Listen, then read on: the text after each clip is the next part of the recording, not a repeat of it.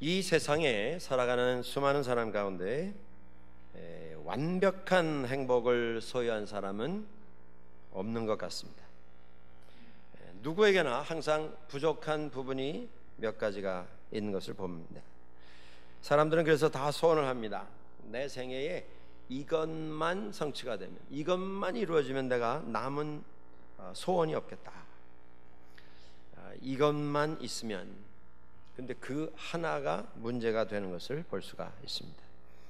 성경에서 이 나병이라고 하는, 한센병이라고 하는 이 병은 죄를 상징하는 이러한 것으로 많이 사용이 되고 소개가 됩니다. 오늘 이 나만이라고 하는 아람의 장군의 이야기가 나옵니다. 이 사람은 그 시대의 위인이었습니다. 용맹한 장군이었고 싸움에 나가면 늘 승리하는 그 나라의 영웅이었습니다. 왕은 그의 공적을 기억하기 위해서 그에게 모든 편의와 특권을 허락을 했습니다. 그 나라의 왕 다음의 권세를 누리는 대단한 인물이었습니다.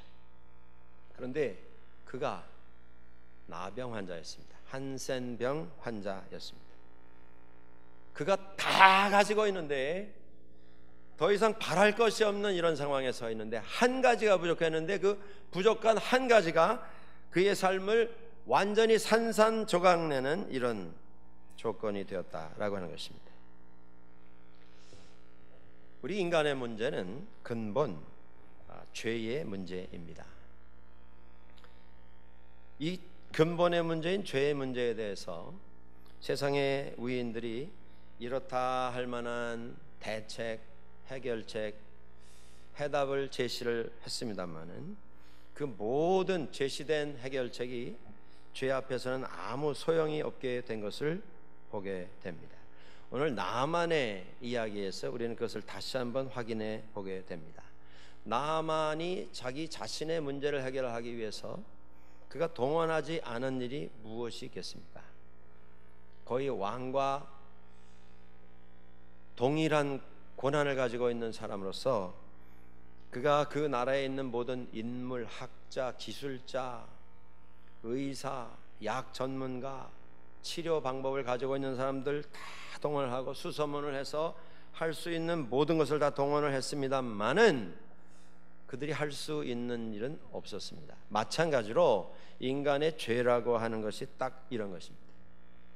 왕도 어찌할 수가 없습니다. 왕의 보좌관들, 왕이 동원할 수 있는 모든 지식과 기술 다 동원할지라도 무용지물입니다.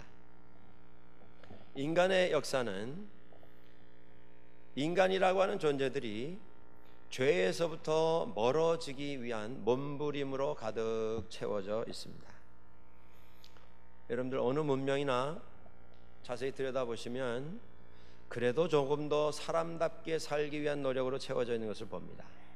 조금 더 편리하게, 조금 더 윤택하게, 편안하게, 안전하게 살기 위해서 사람과 사람 사이에 그래도 우리가 인간의 바른 모습을 가지고 살기 위해서 수고하고 노력하는 인간의 몸부림이 가득 채워져 있습니다.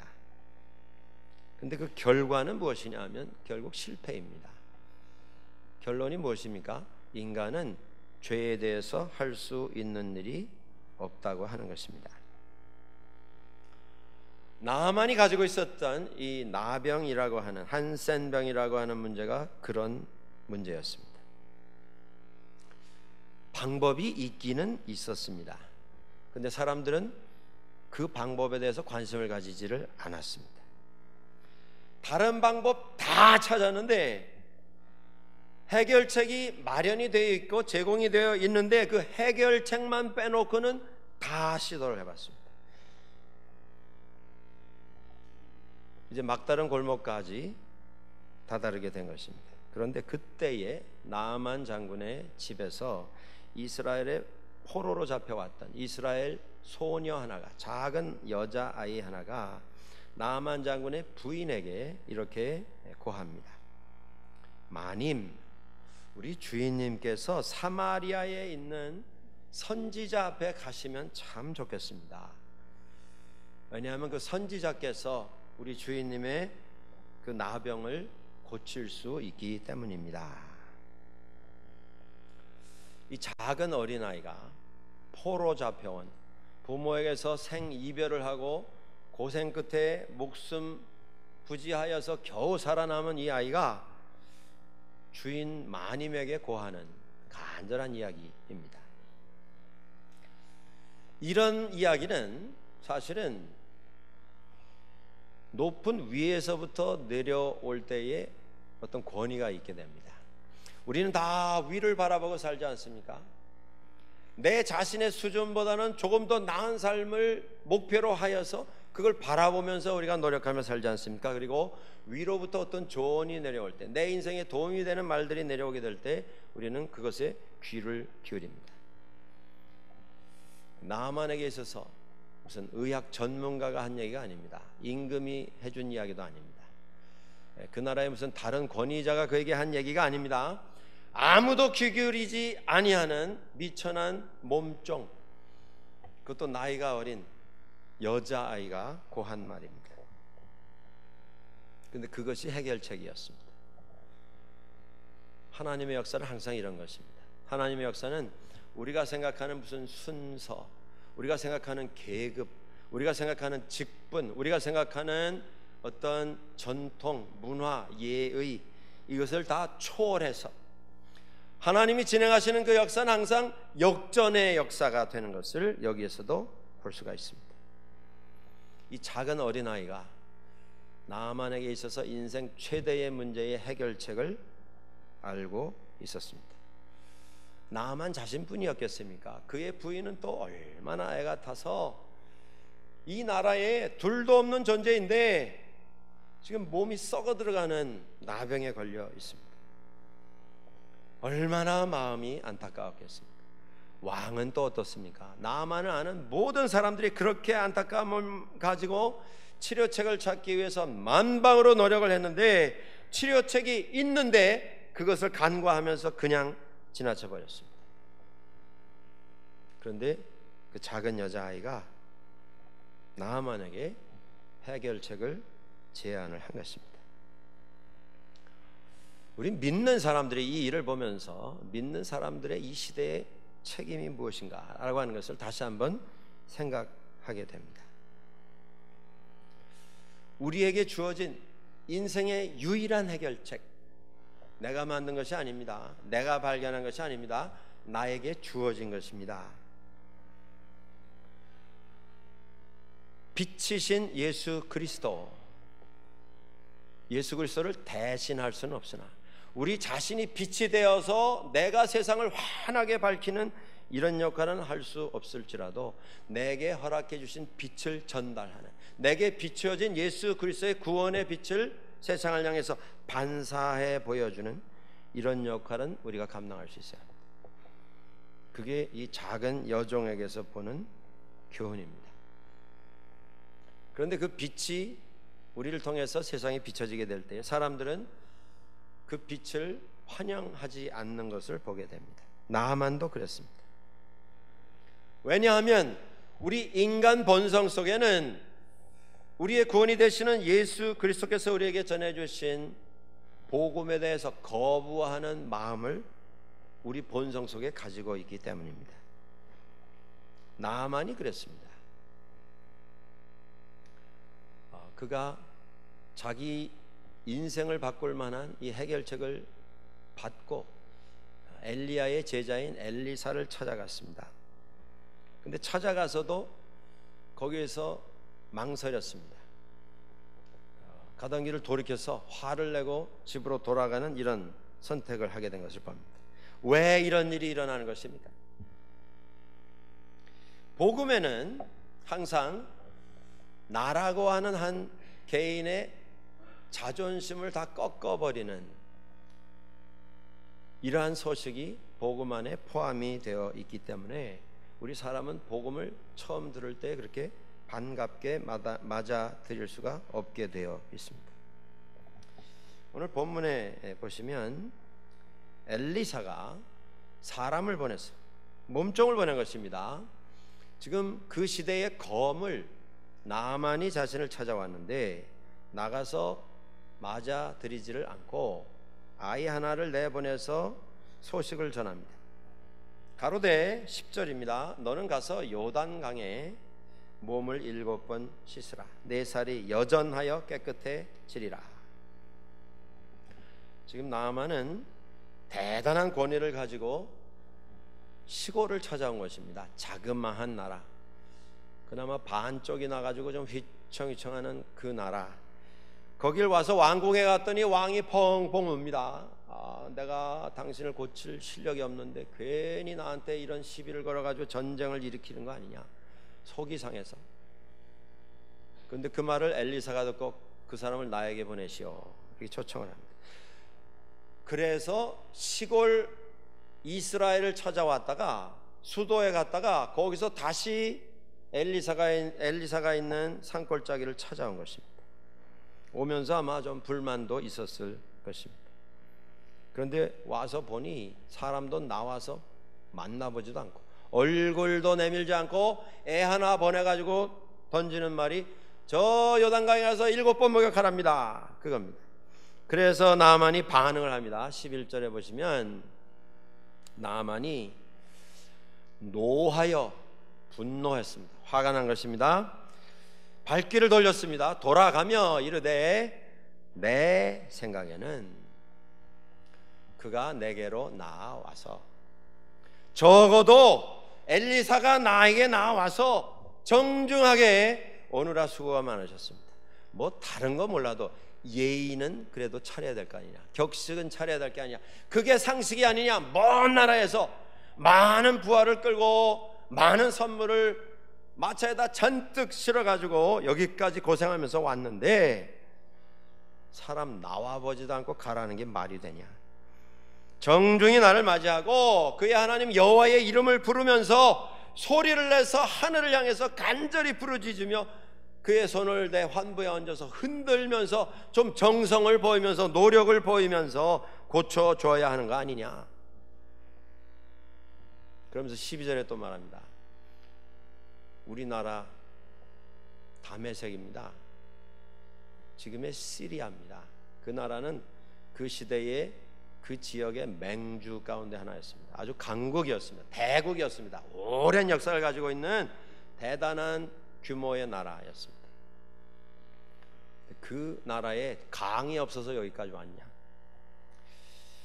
그 나라 물이 이 요단강 물보다 더 깨끗하지 않느냐? 거기서 목욕하면 될 걸 왜 여기까지 내가 왔겠느냐? 내가 이런 대우 받으려고 여기 왔느냐? 문제가 무엇입니까? 자존심이 상한 것입니다. 그의 권위, 그의 명예, 그의 장군의 어떤 위치, 그의 나라의 위신, 그가 세상에서 받았던 당신은 영웅입니다 라고 하는 그 대접, 왕의 소개장을 써가지고 이 시골 이스라엘까지 찾아온 왕이 보낸 특사이고 왕이 보낸 손님인데 나를 어떻게 이렇게 받아주느냐. 정중한 대접은 아닐지라도 최소한의 예의와 상식은 갖춰야 되는 거 아니냐.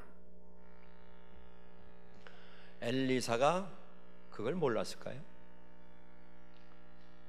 산골짜기에 틀어앉아 살고 있는 엘리사는 세상 돌아가는 물정을 몰라서 나와보지도 않고 당대의 검을 나아만에게 몸종 하나 덜렁 내보내가지고 가서 7번 목욕하랍니다. 그러고 만 것이겠습니까?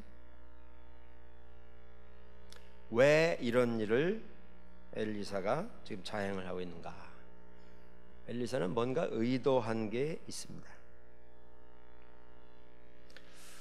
나아만에게 지금 메시지를 주면서 우리에게 메시지를 주고 있는 것입니다. 사람마다 다 자존심이 있습니다. 최후의, 인간 최후의 끝까지 놓지 못하는 게 이 자존심이라고 하는 것입니다. 근데 문제가 있습니다. 그게 뭐냐면 내가 내 자신에 대한 평가, 나는 이런 사람이다 라고 하는 평가는 저를 포함해서 100이면 100, 우리가 다 그렇습니다. 나의 나된 것이 여기에 있다면 내가 생각하는 나의 나됨은 항상 이 위에 올라가 있습니다. 이 세상에 있는 그 누구보다도 나를 항상 높이 올려놓고 있습니다. 그게 문제입니다. 그리고 그것이 만족스럽지 못할 때에 우리는 상처를 받습니다. 엘리사가 의도한 게 바로 이것입니다. 나만이 지금 하나님 앞에 나왔는데, 하나님 앞에 나와서 그가 가지고 있는 자기의 자기됨, 나의 나됨에 대한 평가를 다 무너뜨리는 경험을 시키기 위해서 엘리사는 지금 이 일을 자행을 하고 있습니다. 이 밴쿠버에는 아마 그런 분들이 없으리라고 생각합니다. 제가 토론토에 있으면서 잠깐 들은 이야기입니다. 이민을 오셔서 이 사회에 정착하기 위해서 우리가 넘어야 할 몇 가지 장애물들이 있습니다. 그 가운데 아마 제일 큰 것이 언어 장벽이 아닌가 이렇게 생각합니다. 오셔서 주부들께서 정부에서 진행하는 영어 학교에 가서 이제 등록을 하고 공부를 하시는 분들이 많이 있습니다. 좋은 프로그램입니다. 그런데 그 학교에 들어가서 영어 학교에서 공부를 하게 될 때에 들어가면서 평가 시험을 봅니다. 지금 공부하려고 하는 분의 영어 수준이 어느 정도에 머물고 있는가. 이게 참 어떻게 보면 우리에게 도전이고 어떻게 보면 참 고역이 아닙니까? 이게 아주 참 이렇게 즐겁지 않은 이런 경험이 아닙니까? 영어의 장벽을 넘는다고 하는 것은 굉장히 쉽지 않은 일입니다. 우리 캐나다에 오셔서 이민생활 시작하시는 분들 가운데 그래서 제일 영어에 대해서 말씀 안 하시는 분이 누구냐면 한국에서 영문과를 졸업하신 분들. 네. 아예 얘기도 안 하십니다. 누가 물어볼까 봐 그냥. 근데 정부에서 하는 영어 프로그램 들어가면서 시험을 보는데 시험을 봐가지고 당신은 기초반이 적용이 되겠습니다. 중급반이 적용이 되겠습니다. 조금 상급반에 올라가셔도 되겠습니다. 이렇게 이제 한 3등분해서 반을 나누어 주게 되는데 재미있는 이야기는 이건 본인들에게 직접 들은 얘기입니다.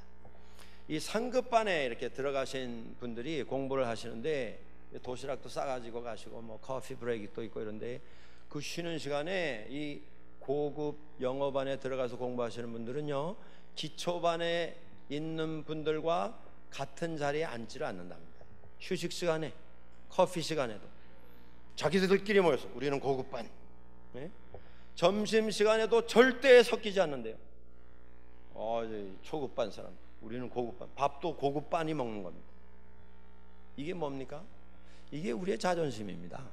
네, 보이지 아니하는 이만큼 올려놓고 그걸 절대 놓지를 못합니다. 우리 한국 사람이 영어권인 캐나다에 와서 영어를 뭐 얼마나 잘해서 고급반에 들어갔겠습니까? 뭐 저를 포함해서 다 그게 우리에게 도전이고 우리가 감당해야 할 참 힘든 일인데 어떤 가게에 무장강도가 들어와가지고 This is a hold up, 손 들으라고 그랬는데 주인이 hold up, we don't have hold up, 7up, you want 7up? 예? 그게 우리 현실이 아닙니까? 그런데 그 안에서도 그래서 영어 배우려고 왔는데 그 실력 가지고 영어 배우는 우리끼리도 나는 고급반, 저 사람은 초급반, 나하고는 상대가 안 되는, 이게 우리가 가지고 있는 자존심의 현 주소입니다. 나만이 그런 자존심을 가지고 있었습니다. 내가 지금 누군데 엘리사라고 하는 시골에 처박혀 있는 이 새까맣게 얼굴이 타 있는 이 사람 만나러 와가지고 이런 대접을 받나? 다른 사람들과 똑같은 대접을 내가 왜 받아야 하나? 엘리사가 왜 이 일을 일부러 자행을 한 것입니까? 메시지는 이겁니다. 차이가 없다는 것입니다. 하나님 앞에 나갈 때 아무런 차이가 없다는 것입니다. 하나님 앞에 서게 될 때. 그런데 그 아무런 차이가 없다고 하는 그것이 우리를 불편하게 만듭니다. 나는 좀 다르다. 성경 우리에게 말합니다. 의인은 없나니 하나도 없습니다. 모든 사람이 죄를 범하였으며 하나님의 영광에 이르지 못하였다. 내가 가지고 있는 나의 나됨, 이것이 하나님 앞에서는 아무 소용없는 내 자랑이었다고 하는 것을 깨닫게 하는 엘리사의 행동입니다. 죄는 지적인 문제가 아닙니다. 경제적인 문제가 아닙니다. 내가 가지고 있는 어떤 교양, 지식의 문제가 아닌 것입니다. 죄는 영적인 문제입니다. 성경은 내가 책을 얼마나 읽었는지 전혀 관심을 두지 않습니다. 내가 어느 학교에 들어갔고 그 학교에서 어느 학과에서 공부했고 내가 졸업할 때 졸업 성적이 얼마였고 그 점수 가지고 내가 어느 기업에 들어가서 몇 년 동안 일했는가, 성경은 우리의 그런 부분에 대해서 전혀 신경 쓰시지 않습니다. 왜 그렇습니까? 우리가 가지고 있는 나의 나됨은 그건 세상에 속한 것이고, 우리가 하나님 앞에 서게 될 때 우리는 다 똑같은, 전혀 차이가 없는 비참한 죄인이기 때문입니다. 엘리사는 그걸 지금 이야기하고 있는 것입니다. 나만이 왔는데 그는 나병 환자로 엘리사에게 온 것입니다. 그가 장군이었는가? 소용이 없습니다. 필요가 없습니다. 그가 재산이 얼마였는가? 아무 차이가 없습니다.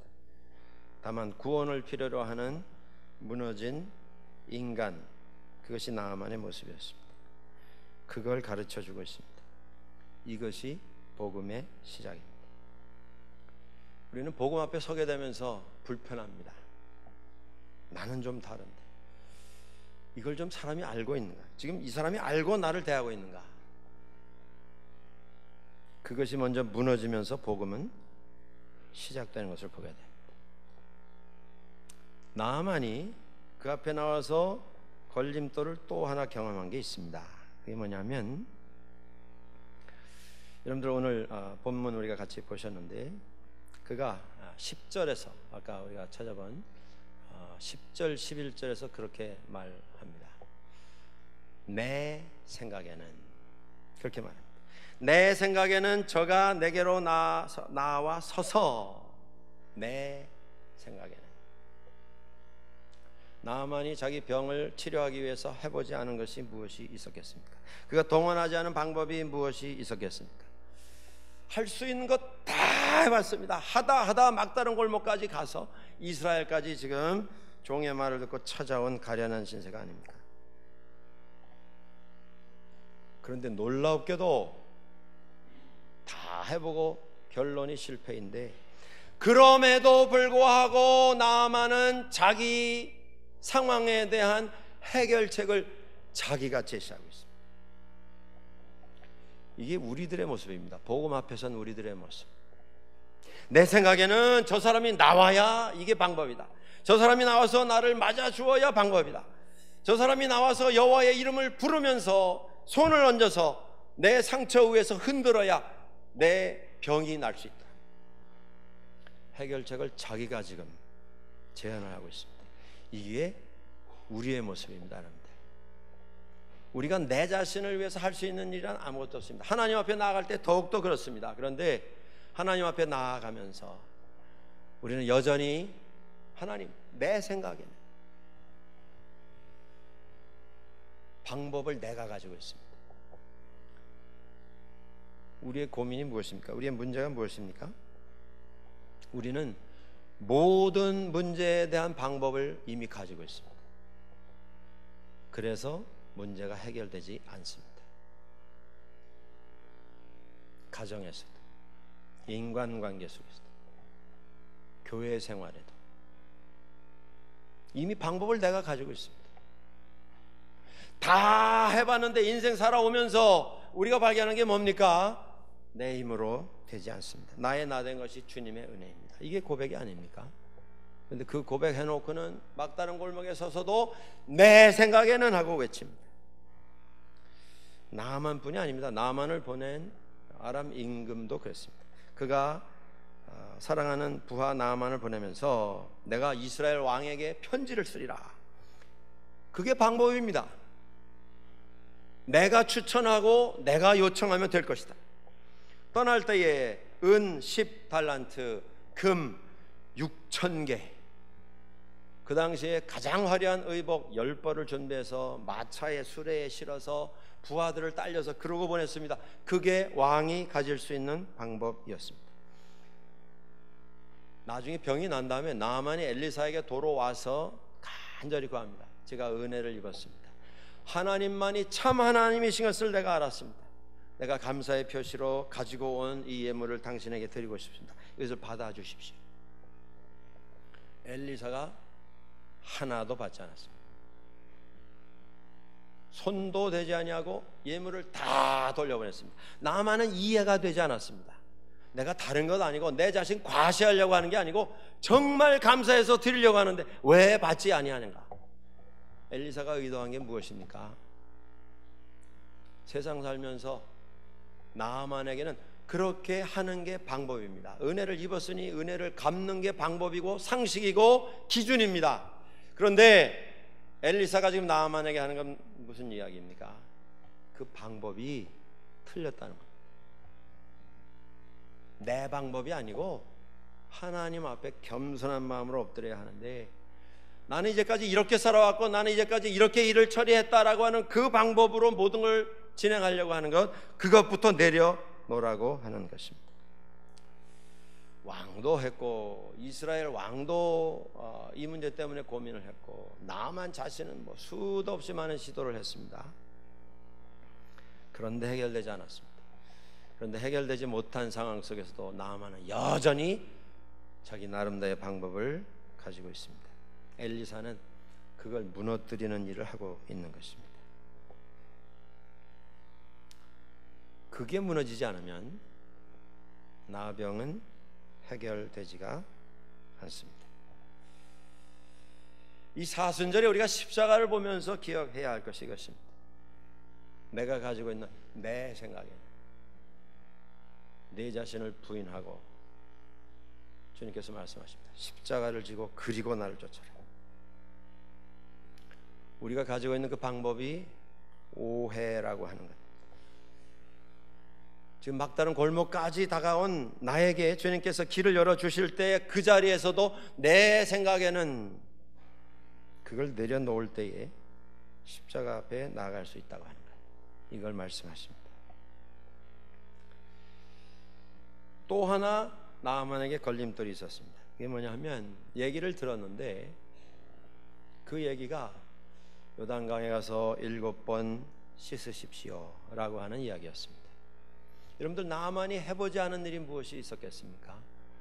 이 엘리사에게 찾아온 것은 나아만에게 있어서는 물에 빠진 사람 손에 걸린 지푸라기 같은 것입니다. 지금 뭐라도 붙잡으려고 하는 간절한 마음이 그에게 있습니다. 그런데 엘리사는 한가하게 그냥 요단강에 가서 7번 목욕을 하시오, 이런 말만 전달을 해 왔습니다. 나와서 좀 고민을 같이 하면서 그동안의 경과도 좀 묻고 자신의 경험도 좀 환자인 나아만에게 좀 얘기를 해주면서 뭐 이런저런 시도를 해야 되는 것 아니겠습니까? 그런데 너무 간단합니다. 너무 단순합니다.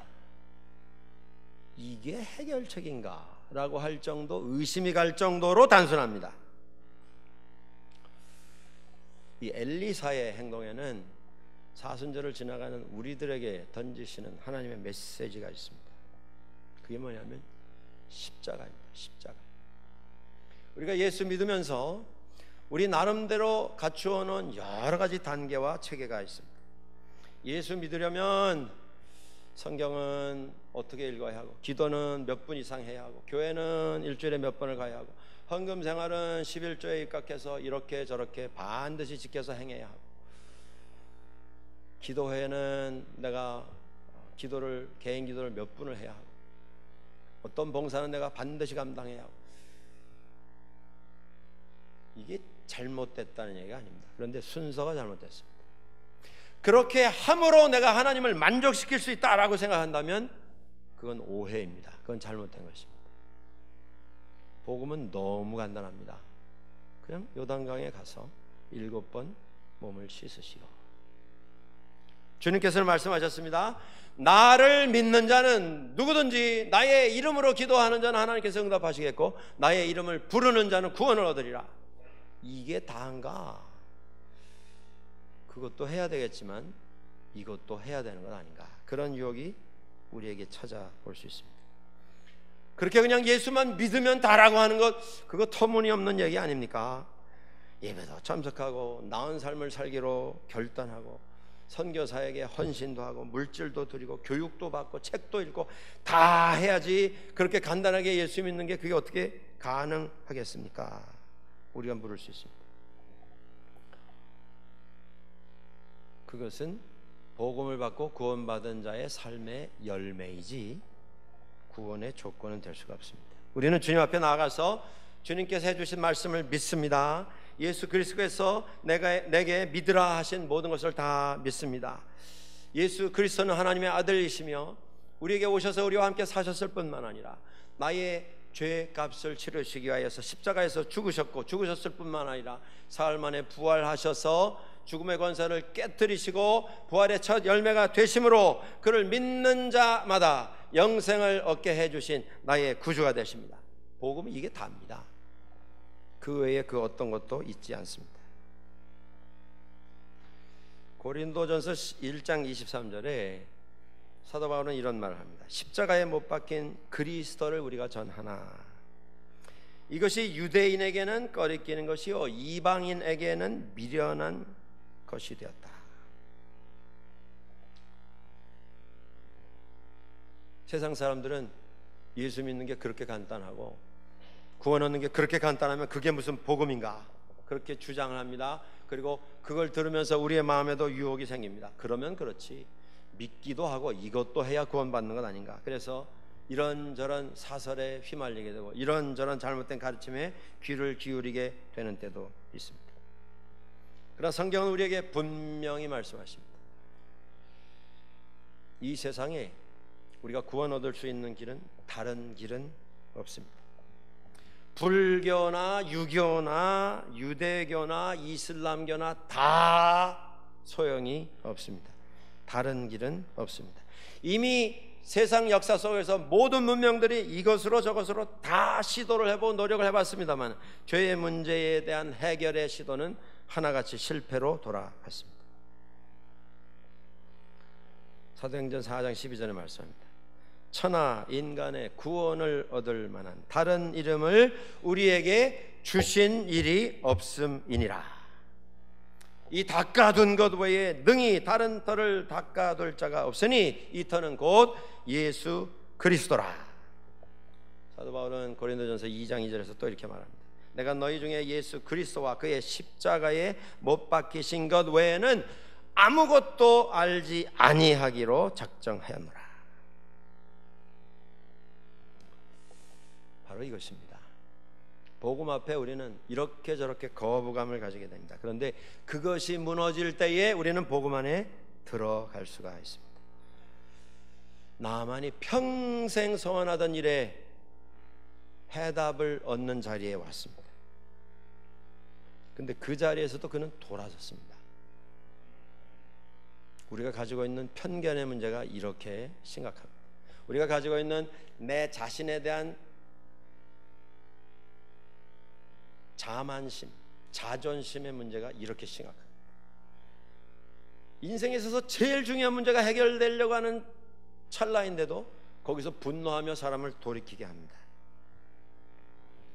나만도 그 자리를 박차고 돌아섰습니다. 그런데 감사한 것은 그의 종들이 다시 한번 집을 떠날 때는 어린 종이 와서 그를 붙잡아 엘리사에게 인도를 했는데 이제 집으로 분노하며 돌아서는 자리에는 또 다른 종들이 귀에 귀를 막습니다. 그리고 이야기합니다. 주인이시여, 주인이시여, 엘리사가 혹시 이것보다 더 큰 일을 하라고 한들 병이 나을 수 있다면 주인께서 못하실 일이 무엇이겠습니까? 백주의 광장에 나가서 벌거벗고 춤을 추라고 한들 그걸 못하겠습니까? 가서 모든 병에 모든 재산 다 팔아서 사람들에게 다 나눠주고 그리고 돌아오면 병이 날 것이다, 그렇게 이야기한들 그걸 못하시겠습니까? 분을 좀 삭히시고 말씀대로 순종을 해보시는 게 좋겠습니다. 마치 자기 병을 치료하려고 하는 간절한 마음을 가지고 설득을 합니다. 그때 나아만이 돌이킵니다. 그런 면에서 나아만은 참 복 있는 사람입니다. 여러분들 인생 이제까지 지내오시면서 내 주변에 내가 혹 감정으로 말미암아, 내가 혹 삭히지 못한 어떤 분노로 말미암아 정말 중요한 길에서 돌아설 때에 나를 붙잡아 주는 분들이 여러분 곁에 계십니까? 진정한 마음으로 믿음 안에서 권면하고 설득하고 기도해 주시는 분들이 있으십니까? 그런 분이 우리가 필요합니다. 그리고 더 중요한 것은 우리가 믿음의 삶을 살면서 그런 사람들이 서로에게 되어 줄 수 있어야 합니다. 그때의 복음은 시작됩니다. 오늘 이 말씀을 우리 모두가 가슴에 새기시면 좋겠습니다. 사순절 십자가를 바라보며 주님 앞에 나갈 때에 우리의 감정을 자극하며 우리의 자존심을 건드리며 내가 가지고 있는 나의 나된 어떤 이해를 건드리면서 내 발걸음을 멈추게 하는 이런 장애물들, 그걸 넘으셔야 합니다. 그때 우리는 십자가에 더 가까이 나아갈 수가 있게 될 것입니다. 이 아름다운 여정 속에서 주님 앞으로 더 가까이 나아가는 우리 모두에게 하나님께서 은혜를 허락해 주실 것을 주의 이름으로 간절히 축원합니다. 같이 기도하겠습니다.